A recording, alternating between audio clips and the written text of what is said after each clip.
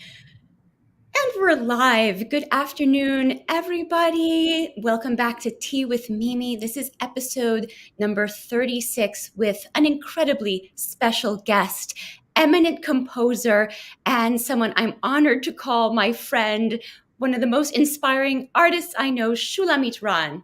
Welcome, Shulamit. Hello, Mimi. Good to be here with you.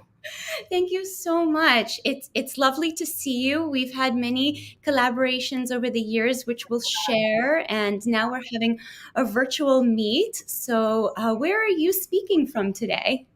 I'm speaking from my apartment, my husband and my apartment in Chicago. Okay, welcome. Yeah, we were just chatting a little, so it was exciting to see your studio. And I'm here at my piano with some of your scores, actually. I have.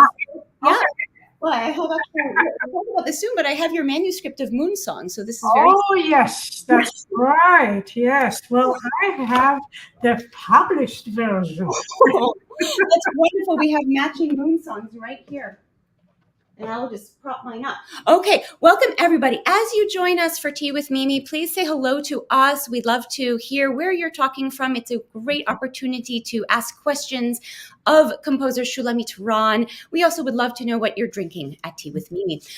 You really need no introduction, I think, but I'm going to introduce you anyway with some excerpts from your bio. Shulamit Ran is the 1991 Pulitzer Prize winning composer in music. Only the 1991.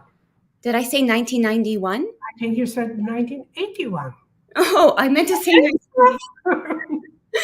Okay, she is only the second woman to win the Pulitzer Prize in music.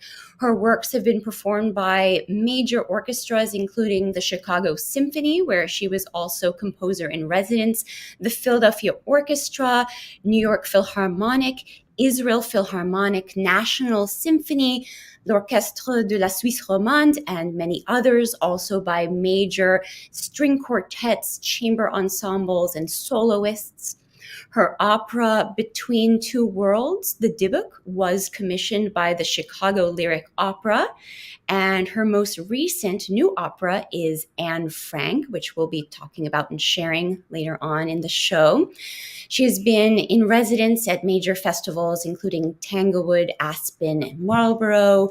She is professor emerita of the University of Chicago, where she was professor for many years, has also been faculty in residence at Princeton University, among many other places, and many awards, including from the American Academy of Arts and Letters, Guggenheim Fellowship, and numerous others. And we're going to talk a little bit about your early life as well. I probably need to stop talking about your accolades because that would use the whole program. So once welcome, Shulamit. For such a lovely introduction. Thank you. Well, I would love to share first our collaboration on a new work. So this is going to be from Moon Songs, and you can introduce it a little bit too. This was a dolce suono ensemble commission for our Mahler 100 Schoenberg 60 project, honoring the anniversaries of the two composers throughout 2011 and 12 with 6 commissions. And so we were so excited to have you fit us into your schedule for this major work for soprano and dolce suono trio, so soprano, flute, cello, and piano, written for Lucy Shelton and our group. And I mentioned Mahler and Schoenberg, and so in case listeners are wondering where we're going with that, it was specifically a commission to be paired with Schoenberg's iconic Pierrot Lunaire in the centennial year of that work's premiere, 1912 to 2012. And maybe at this point, you can just introduce it before we listen to an excerpt. Well, I'll just say that this was really quite an undertaking. The thought of a work to be paired with Schoenberg's Pierrot Lunaire, which really is one of the works that have shaped the thinking of just about every composer in the 20th century, and of course, going on from there. So the piece was intended to be both an homage to it and paired with it. But at the same time, it was clear to me that I didn't want to write a work that in some way would attempt to emulate it stylistically or in any other way. First of all, because that's really not possible, nor is it necessary. And of course, for me as a challenge, I wanted to create something that would pay homage and yet be my own distinct voice and the way that I want to shape music. And I ended up, this is a work called Moon Songs. So, of course, that already tells one that it is something having to do with the moon, like Pierrot Lunaire. But I gathered a whole collection of texts where just putting the text together, though it didn't start out that way, but it ended up being a creative act in itself.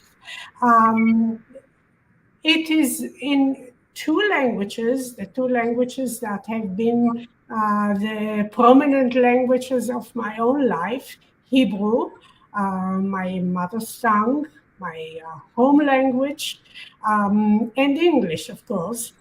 And I both put texts together as well as embedded them in one another, depending on the movement. I should say, actually, that I thought of Moon Songs as being a work that would have an almost operatic way of thinking. And so I ended up with what I thought of as 4 acts, so that it's not, I think of it not as 4 movements, but rather as 4 acts. And there are many different ways in which these texts are embedded together. And I think you were going to start with a second act where, right? Yeah, exactly. No, I was about to just say, and the act we're going to go to first is actually from the album of that we recorded with soprano Lucy Shelton, whom you wrote it for, and the opening of the second act, Libai and the Vacant Moon. And this was so interesting because you took a poem by the contemporary Israeli poet Almog Behar, which looks back at some of the same classical or Tang Dynasty Chinese poems that Mahler set in his Das Lied von der Erde, actually, or the same poet, Li Bai. And so it's like many layers of text and image about the moon. And I'm thinking we should have some music. So let me put that on. Our listeners will hear it with us, and then we can talk a little bit more. So while I do that, I just want to say hi to everyone. We have some lovely comments. Flutist Faith Wasson is excited. She is playing your sonatina for 2 flutes this Saturday. How wonderful. Well. This is a walk far, an archaeological dig. It's a walk that I wrote when I was 12. Wow, that's amazing. We'll have a great show, Faith. And we also have a comment. Buenas tardes de Judith Mariscal. Bienvenida. Gracias por escuchar y estar con nosotros. And now we hear some of Shulamit Ran's moon songs.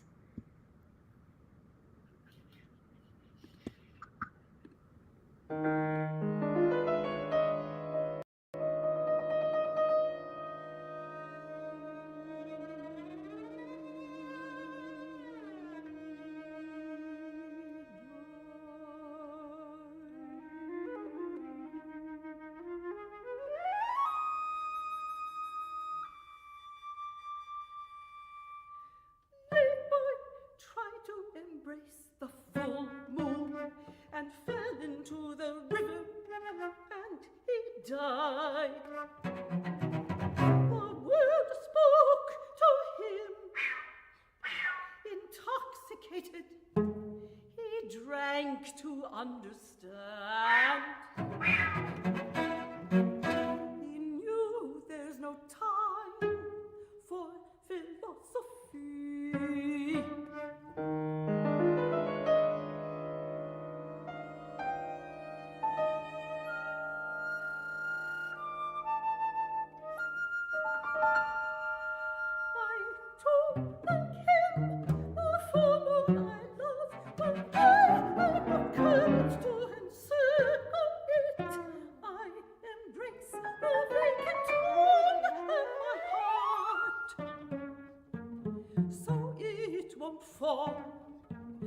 we won't fall.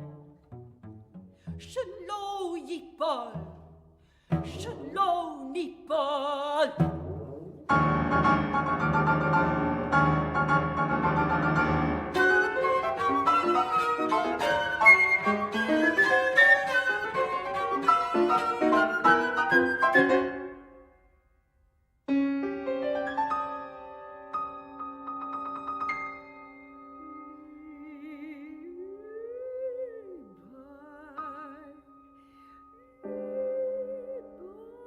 An 8th century Chinese poet. Tried to embrace. Encircle, surround, hug. To embrace.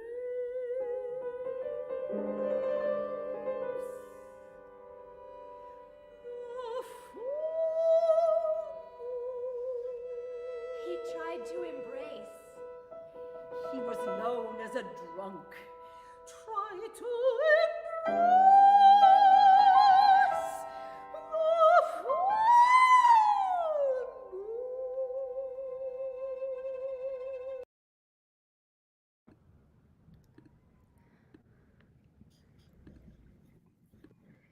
Yeah, so in this act, what I did, I took, with the poet's full permission, Almog Behar, I took only a small part of his poem, but a central part of the poem, where he, in a way, he sets the premise of this idea of Levi trying to embrace the moon and obviously Yes.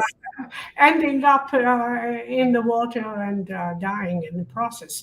But in any case, what I did here, first of all, the poem is in Hebrew.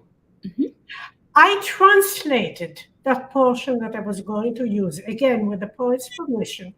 And the first time it is presented just straightforward. But then that whole segment, we come back to it from the beginning, and this time we interject all sorts of commentary. First, there are the footnotes that the poet himself put into his poem, where he explains who Levi was and the fact that he was drunk, known as a drunk. And what's amazing is that you have the ensemble make that commentary. That's right, yeah. The ensemble speaks. I mean, everybody sort of, they divide those few words, and in some cases to a fairly humorous effect. But then also other poetry is interjected with all of this by other poets of past times, sort of seizing on a particular word and bringing in other thoughts and ideas. Exactly, and that's evident in our next clip, how you used from biblical poetry through medieval Hebrew poetry and Renaissance English poetry, as well as contemporary, all surrounding this topic of the moon. And I think you described it as a sort of super text that you created, so of these different elements. And so that was from, and I think we're leaving people wanting more, but that was from our recorded album. But I'm so pleased now to share a recent performance by Dolce Suono Ensemble as a video, with soprano Ashley Marie Robillard singing, and folks will get to see the sort of theatricality that you put into it as well. So while I get that ready, I want to also say hello to Lee Koss, who's here. I'm so glad you're here with us. Everybody, let us know what you're drinking. In a moment, we'll do the tea reveal. Okay, here we go. By the way, I should mention here that the piece really was written with Lucy Shelton's voice and whole persona in mind. I mean, she's a diva. She's premiered so many new works and has really done fantastic work throughout.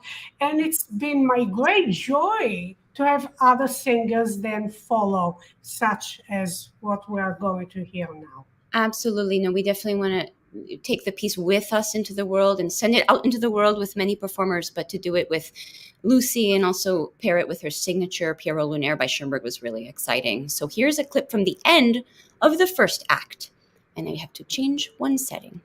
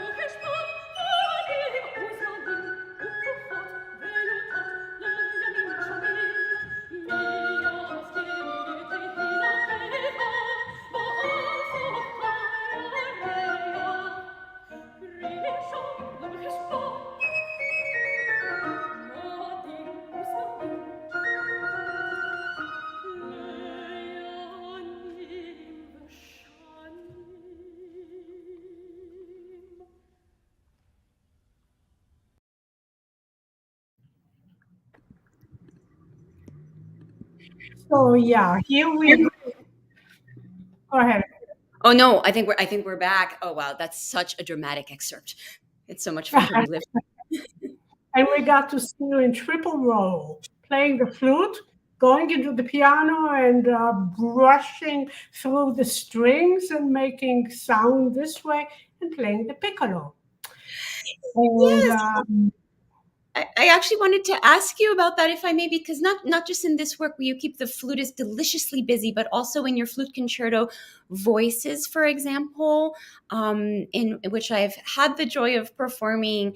You have the flute play flute, piccolo, and alto flute, but at the end, you have the flutist walk out, and then there's a bass drum crash at the end. So there is something so visually dramatic. So I wanted to ask you about that in your pieces. Obviously, when there's a theatrical element, it's what you see. But listening to your music and having played it from inside, I also feel, because color is so important to your work, do you listen spatially? This struck me. I watched a video performance of your grand rounds for 13 players, so kind of a sinfonietta Copeland Appalachian Spring size group, but with different instruments. And I thought, in a concert hall, the way you have the soloists and the solo lines popping out, it must be so spatially compelling, not just the sounds coming at you, but coming at you from different places. Do you listen that way when you're conceiving music well, in your head? it's all there. Sound and space. These are, in a sense, the two defining elements of music and defining elements of the elements. And these are two how to call it, beings, entities, realities. I can't quite find the word for it. That a composer is, I mean, they are infinite, and a composer takes control and in some way shapes sound and time and space. So yes, of course, I listen spatially. I listen with in a lot of different ways, and I can't even myself define how I listen. It's all there. I listen very much to the lines, the melodies, the harmonies, the way in which they are shaped in time, and of course, spatially. That's a very, very important part of it. Yeah. Yeah, that was so evident in this excerpt as well of the Moon songs. So it's great to hear you say that. I was going to ask you about your early inspirations and training in Israel, in your journey coming to the United States and staying, making your musical life here. But we're actually getting some comments that would just be a wonderful segue to this as well that I want to share. First of all, we have flutists well represented in our audience with Lee Koss, who loved this performance. That's great. And Carla Ald, thank you for coming. I want to share the comment by Jeff Kovsky. Appreciate you bringing forth Israeli Hebraic composers and musicians to American and possibly international audiences, and Shulamit Ran on International Women's Day and when anti-Semitism is on the rise. Thank you so much, Jeff. This is a very, very important topic. Yeah. And it is, I honestly, when we first discussed meeting today, I didn't realize it was going to be International Women's Day. And in some sense, every day is Women's Day. But that said, you are just a leading woman artist, a leading woman Jewish musician. I'm a Jewish musician too, and a woman. And so you are a great inspiration to me. Maybe you can address this a little bit. You were a composer as a child, right? By age 7, you were already writing songs, setting Hebrew poetry. I would love to know about your musical life as a child in Israel. Well, I did not start out saying to myself, I am going to compose anything, because I would not have known what that means. I just made up melodies. I made up melodies because that seemed to be a perfectly natural way of hearing things. I would I would say it started when I began to read myself in second grade, and a wonderful thing is the fact that many early Israeli poets wrote, in addition to great poetry, and I'm talking about poets such as Bialik, Natan Alterman, and others, poetry also expressly for children. And so we would read some of those poems in school, and I would come home and sing them to my mother. And then I remember there was also a book of some kind that had a poem. One of the characters was singing as part of their particular story. And I would come home and my mother would say, well, so what did you do today in school? And I really enjoyed the fact that I could read a little bit at that point, and I would read to her. And when it came to that place where the lines suddenly narrowed because a song was being sung, I would sing it. And my mother would say, did you learn this song in school? And I would look at her and I would say, no, no. And I would show her the lines in the book and I would say, it's here. And she would say, but, well, I see the words, but what about the melody? And I would say, it's here. Because from my point of view, it was tied up to the words that I was reading. So I was not aware that I was actually making up something, that I was inventing a melody. For me, it was there, always. For anybody who would look at this, I thought they would hear the same melody that I was hearing.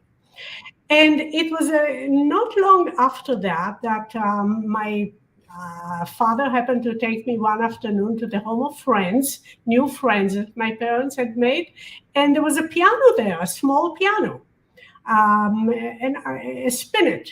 And I spent that whole afternoon while my father was talking to the new friends.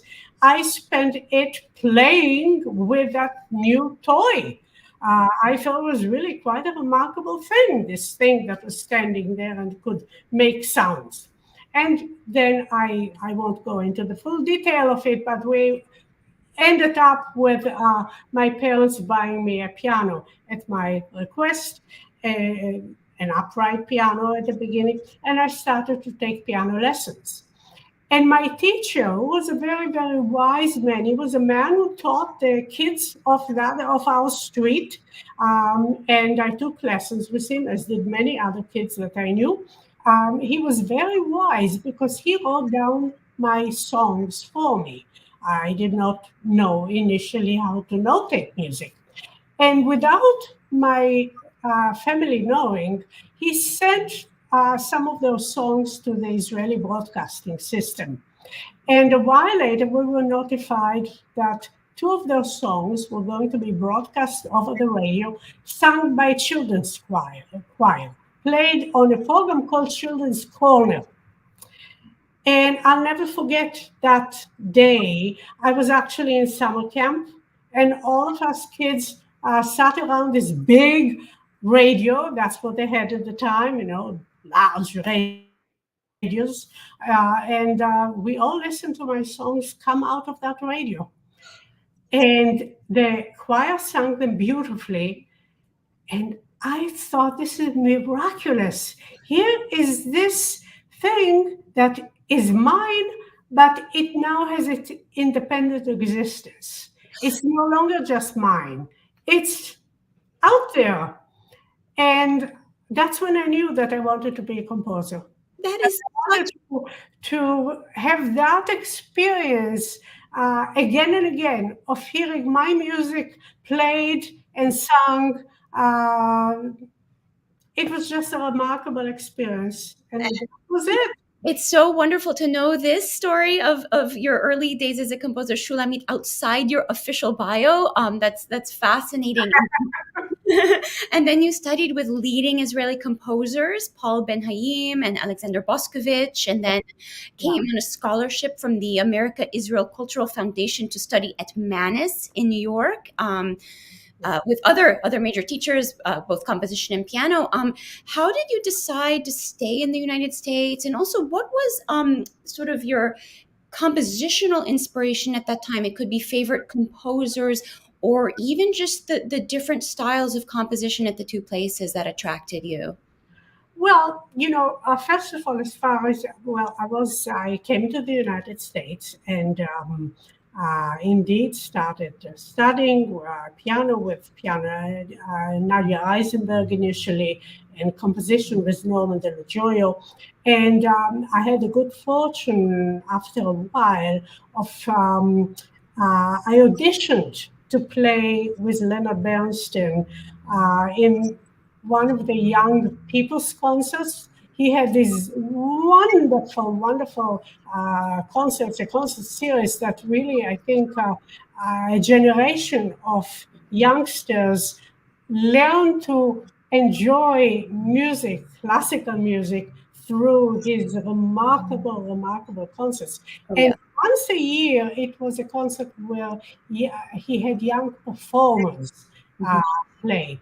And so I auditioned for such a concert, and he took on my Capriccio for piano and orchestra, a very early work of mine, and I played it with the New York Philharmonic. It was really an extraordinary experience. And after that, all sorts of other things, good things happened. My scholarship was renewed and on.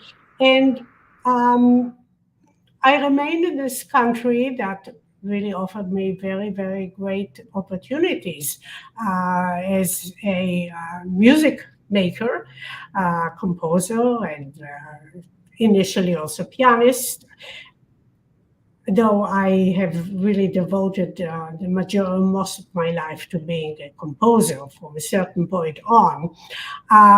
But I kept always my contact with Israel in a very, very firm way, regularly going there, taking my kids, my sons, when they were very young, we would spend summers there, and generally just being connected with like an umbilical cord to Israel. So it's still extremely important for me, even though I've lived most of my life here. Moon Songs uses, as I said, the Hebrew in a very prominent way, as do other works of mine. I have other works that are bilingual and other topics that are in some way related to being Israeli and to being Jewish. Of course, I have many, many works that are abstract works, or else use other poetry. For example, Apprehensions, that's a major work of mine that is based on a work by Sylvia Plath. Yeah. So, I don't see myself as a specialist in just one concentrated area, but it certainly has been a thread that has gone throughout my life. Yes, and in very meaningful ways, for example, with your recent opera, Anne Frank. So maybe we should delve into those two excerpts. Maybe I'll just put on the Prisoner's Chorus. We'll Oh, have music, and then maybe you can talk about that as we go to the dialogue bit. Because okay. I'm so grateful that you shared this with us. Let me present this right now. Okay. Yeah.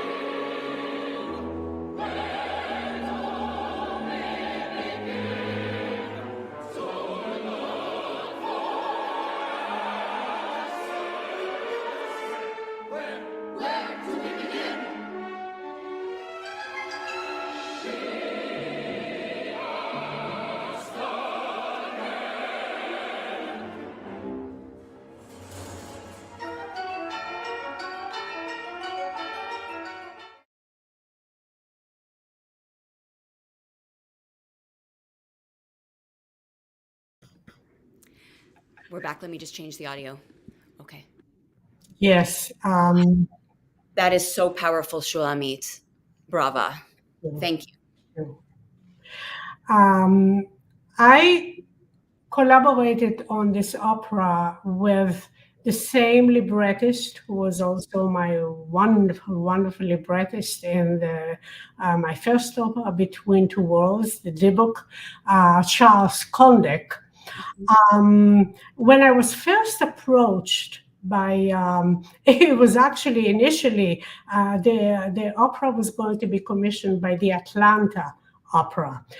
As it happens, I mean, this was a whole process of many, many years just getting the rights for the literary materials, that is the diary of Anne Frank.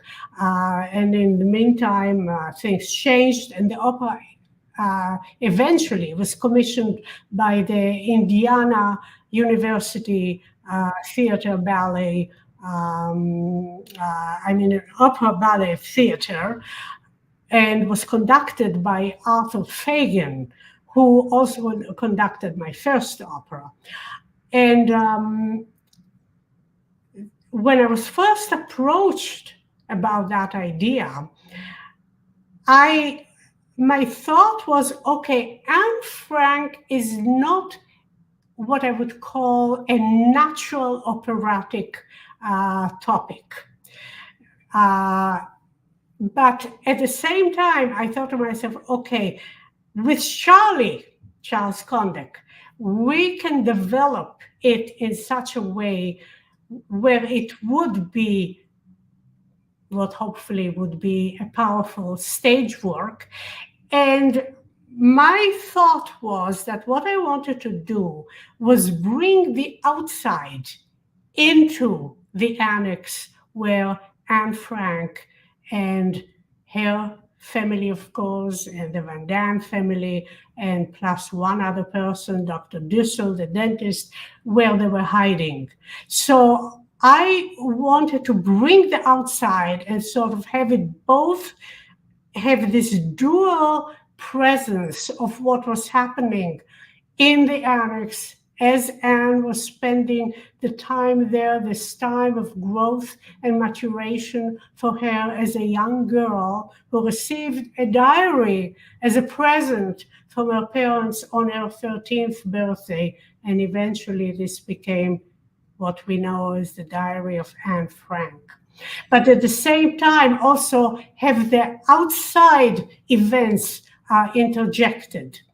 And Charles's idea was to have a prisoner's chorus as an ongoing presence in the opera, where, yes, almost at the beginning, not right at the beginning, but very close, we have this prisoner's chorus that comes out and states,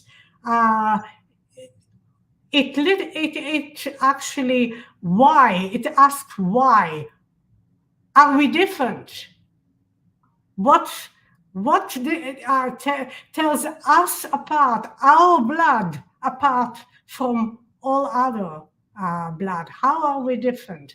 And this is the beginning of that section is what we just heard.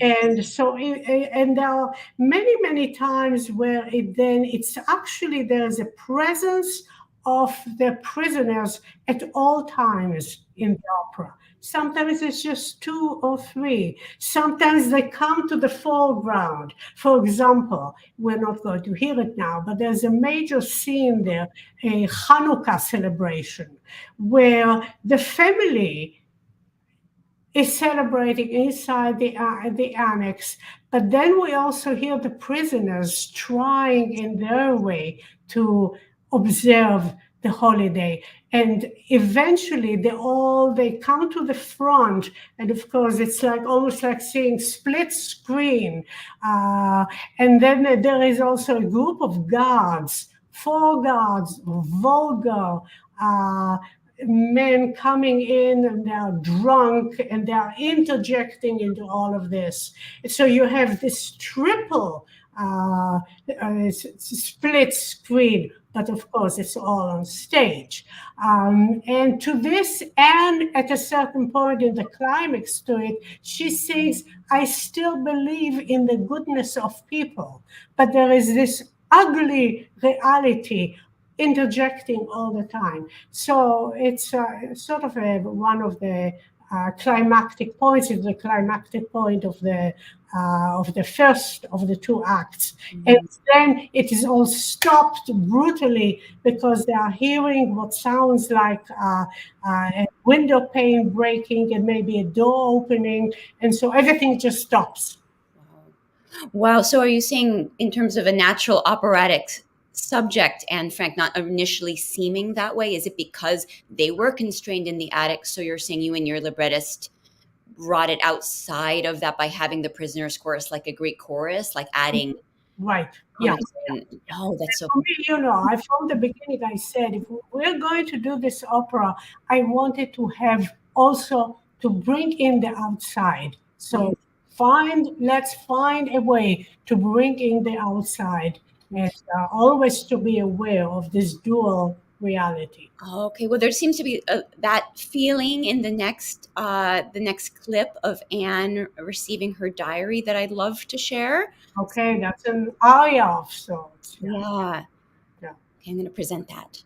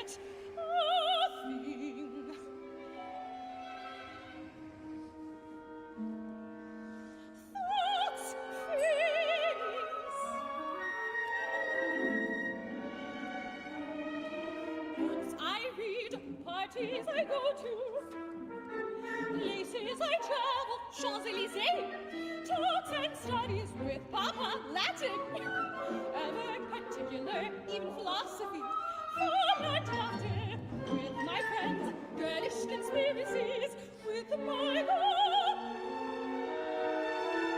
It will become, it will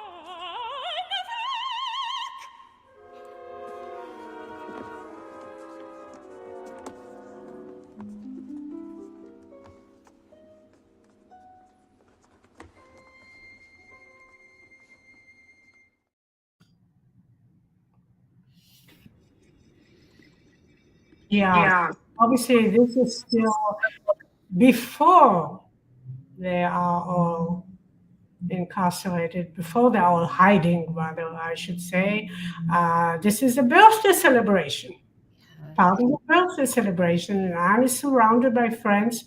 So you do see in the background also some prisoners. And at the very end of this particular segment, you see her parents walking in and she's thanking them for.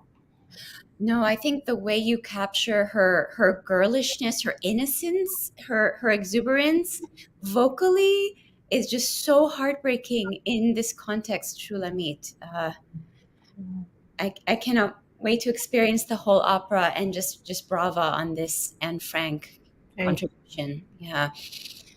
It was a major, major undertaking. I mean, it was daunting, an undertaking as could be because of obviously, the iconic nature of this topic. But it was also an exhilarating process, a good few years of composing it. Right. And wow. Well, we're going to go from a huge opera to a solo flute piece, and one with which you've made quite a mark in the flute repertoire. That's the East Wind for solo flute of 1987. But first, I just want to thank our listeners. We have some friends listening and commenting, including Marty Rosenberg. Professor Rosenberg is recalling a wonderful memory of when we performed your moon songs for the exhibit he curated at Rutgers University, Visions of Place, Complex Geographies in Contemporary Israeli Art. Back a few years ago, it was a wonderful art and music collaboration. So Marty, thank you for putting that lovely remembrance into our chat today. And then also Susan Gould was fascinated by the Das Lied van der Erde connection with the poetry of your moon songs. Oh, and she's drinking Lady Grey tea here in Old City, Philly. And at this moment, I'm just going to say cheers to you, Shulamit. I have some lemon herbal tea. What are you drinking today? This is ginger turmeric tea. Sounds delicious and very, very salubrious as well. We try many different teas at home, and I've been very fortunate to have some wonderful friends and past students bring me teas from China and from Korea. So I have a great collection of teas as well. Oh, that's good. Well, you're well stocked for Tea with Mimi, so that's good. And thank you also, David and Jeff, for your comments. Feel free to ask questions of composer Shulamit Ran. Everybody, it's a wonderful opportunity to do so. And I should also say that this live stream continues on as a video on my YouTube and Facebook pages. So if you're just joining or you missed it, you can share it. You can come back and see the rest later. But this is going to be a performance I gave of your East Wind for solo flute for the season in which you were composer in residence with Dolce Suono Ensemble, leading up to the premiere of our commissioned work, Moon Songs. And we were so lucky to have you with us at several performances. And just to kind of delve into some of your solo and chamber music together. So I thought I would start East Wind. And just as a flutist, I want to say I love this piece. I think it's a fantastic example of the whole subgenre that I play all the time, which is the kind of one movement, maybe 5 to 7 minute solo flute piece. I think in some way, I don't want to put words in your mouth because you're the composer of this piece, and this is actually going to be my next question, but I think a lot of composers who do write for solo flute in some way are thinking of Debussy and Syrinx and that whole heritage. And I was going to ask you generally a little bit more about your compositional inspirations. Do you want to say anything about this, or should we have just the music and then talk about it after everyone's had a chance to hear some? Well, I would just say that I love going back every now and then to writing a solo piece, and specifically a one-line instrument solo piece. Now, of course, the flute can also do some chords, multiphonics, as we call them, as special effects. But nonetheless, at least for me, I think of the flute as essentially one line. And there is something sort of, in a way, like cleansing one's palate to be put in a situation where you put yourself in a situation where you have just the one line that you're working with. And nonetheless, for me, harmony, for example, is incredibly important. And a line, of course, a horizontal line also in it has the possibility of creating harmony as well. And I would say that in the case of East Wind, it's actually, for me, it was an opening flourish that I came up with. And that little flourish, it is the kernel that is developed throughout the piece. And for me, it's not about having different ideas pop up every few seconds. No, it's about taking one idea and delving as deeply as possible with it and taking it inventively as far as it'll go. So yeah, that's I see that always as a challenge, but also a great opportunity Yeah, to. that economy of means with solo flute really resonates. And I was probably showing my bias as a Debussy scholar because Debussy heard arabesques, those winding lines everywhere. And I hear them in this piece. I hear them in a lot of your music. So, Okay.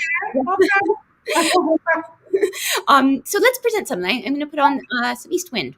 Yep. From a video.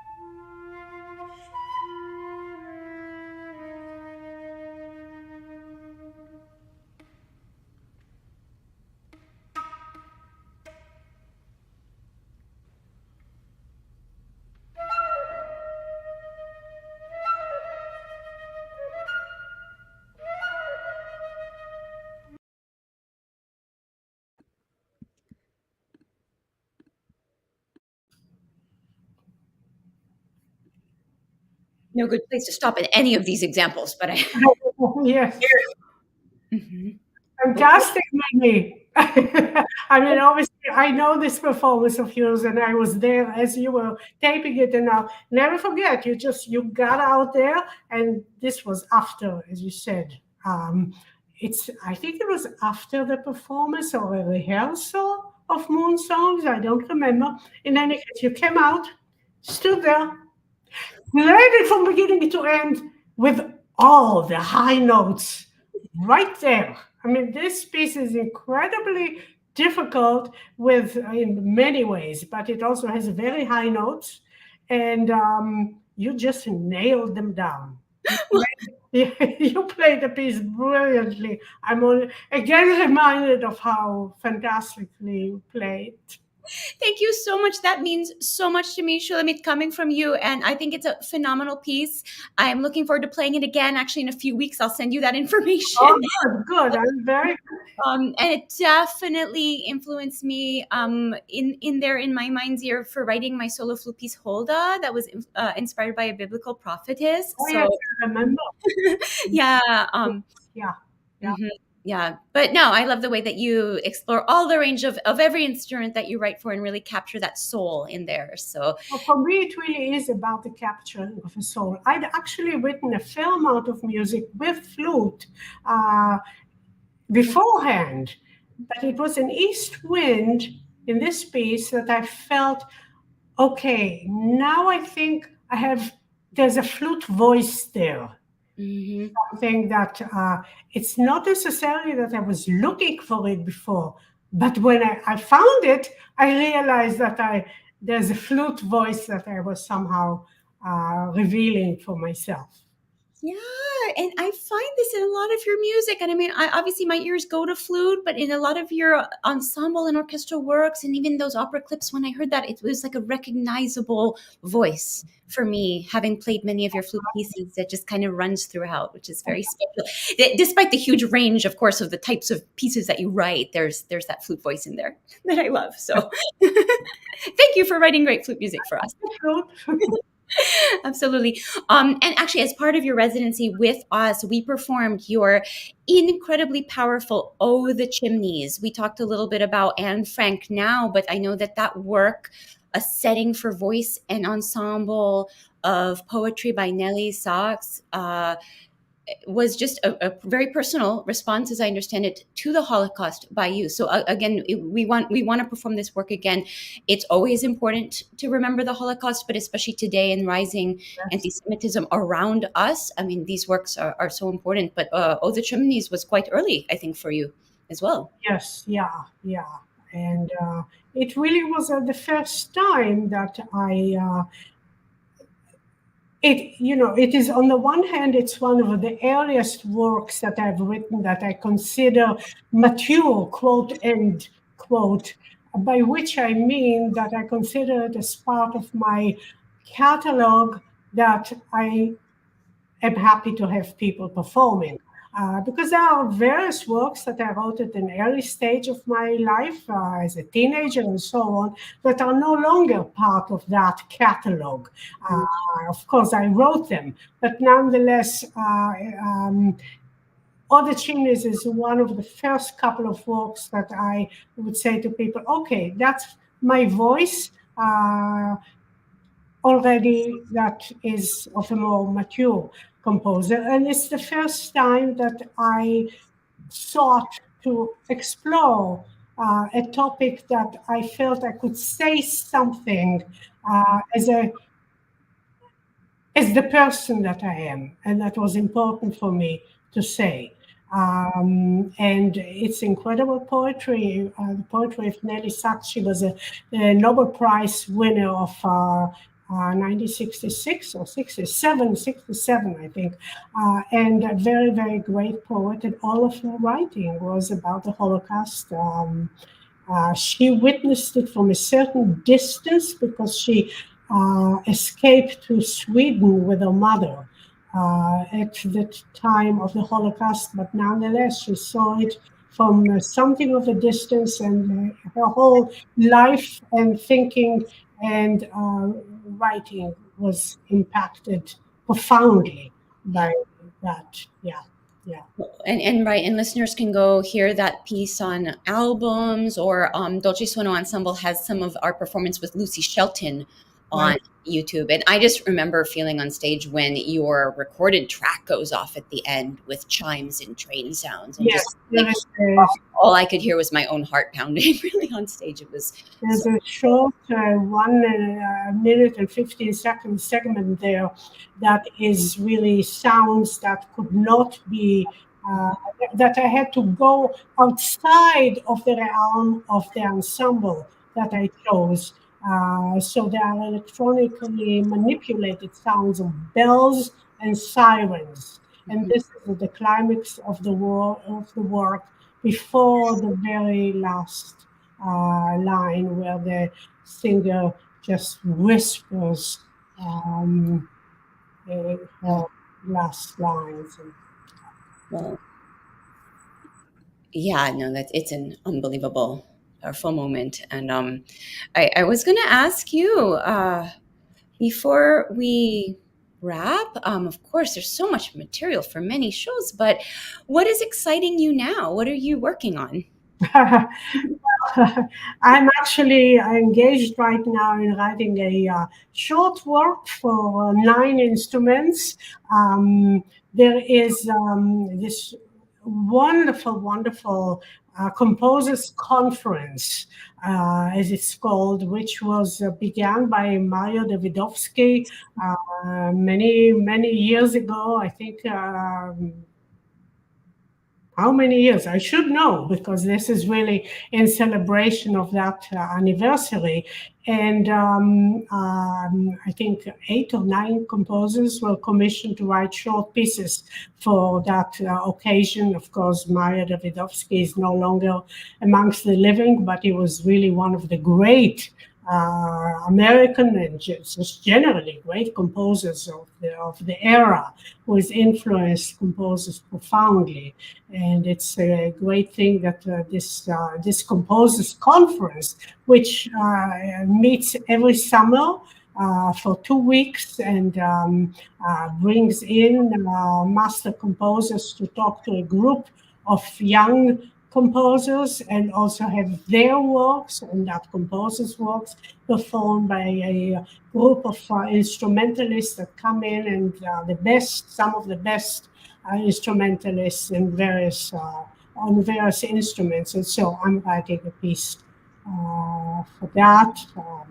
So there are various projects right now. Okay.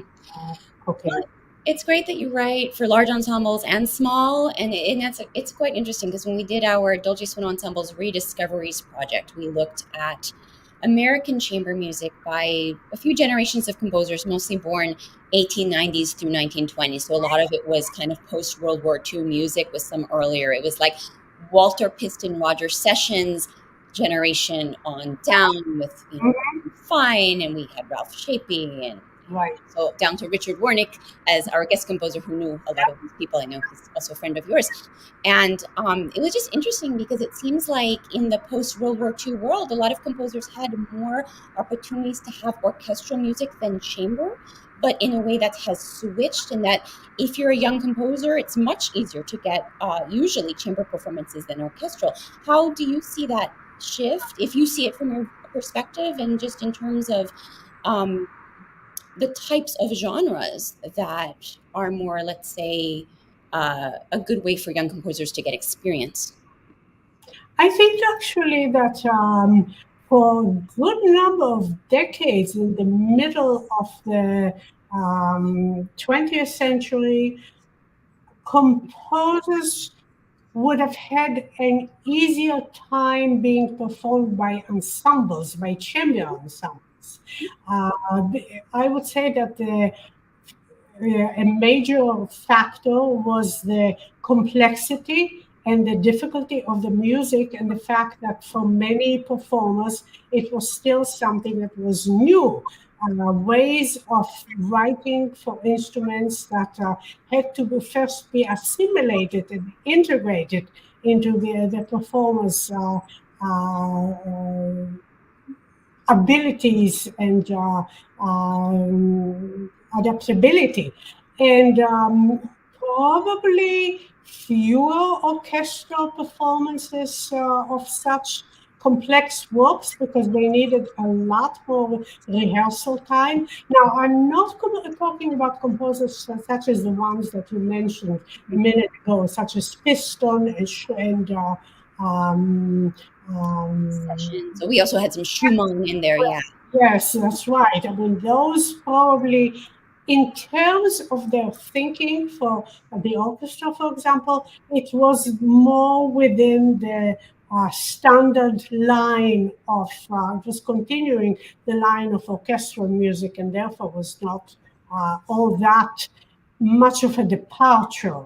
But other composers were writing music that would have taken way more rehearsal time than most orchestras are able and willing to devote. I think that today things, thankfully, have shifted, not in the sense that there are fewer chamber works by any means, Mhm. but there is more orchestral music that is being heard that is also very demanding, but performers, orchestral musicians also are much more able and willing.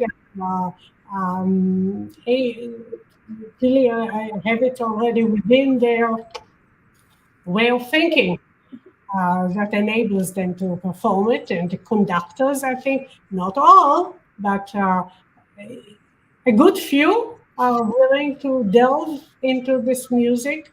I was very fortunate in that I was the composer in residence for the Chicago Symphony at the time that Daniel Baumboim was its music director, and he was is deeply interested in the music of our time. And that really meant a shift in the kind of repertoire that the Chicago Symphony performed from the time that George Schulte was its music director. And these, I think, are very healthy kinds of shifts. And I think more and more conductors today, some of them are composers themselves, and some of them are just a lot more comfortable with the music, the kind of music that many composers today write. And so I think in that sense, it's a healthy shift. In a way, it's good. It's coming back in a sense that some commentators have said that pre-union orchestras could rehearse long new works like symphonies for a longer time than they had, and then the trend went to the shorter concert opener length. But of course, there's a great variety of the types of orchestral new works that are being premiered. So I really appreciate your commentary on that topic as well. Like, There was certainly a time where the main performers of new music were ensembles, like the couple chamber players, mhm, which mhm. was a really tremendously valuable and did a whole did so much to push uh, music that was written by composers of the time that they established, that they founded that ensemble, and other ensembles like it. I'm only mentioning one, but there were quite a few that were popping up more and more, and had a tremendous impact on the music of really starting from the mid to later part of the 20th century and going into today. Yeah, well, no, absolutely. Da Capo did decades of important commissions and others, like you mentioned. So, And of course, your ensemble. thank you. Well, no, it's been such a great privilege to be able to, yes, commission and perform your music, Shulamit, and then to talk about it today with you, along with other of your important projects. And everyone can just locate so much of your vast oeuvre out there in recordings and online to hear more. But I just want to thank you so much for joining me today, Shulamit, and to our listeners. And we see some other lovely comments coming in on the Anne Frank and how brilliant it is. From Ronnie Gordon also, she says, Toda Rabba for Anne Frank and all your glorious music. Am Yisrael Chai. Yes, Am Yisrael Chai. And David commenting on the solo flute piece with some really lovely words, and also comparing it as a one-line piece to the other things that we listened. And yes, so everybody, thanks for joining us. Shulamit, once again, such a pleasure to see you. My great pleasure, Mimi. And Thank can't wait to do more of your music and talk to you again soon. So thank you. you. Bye. Bye.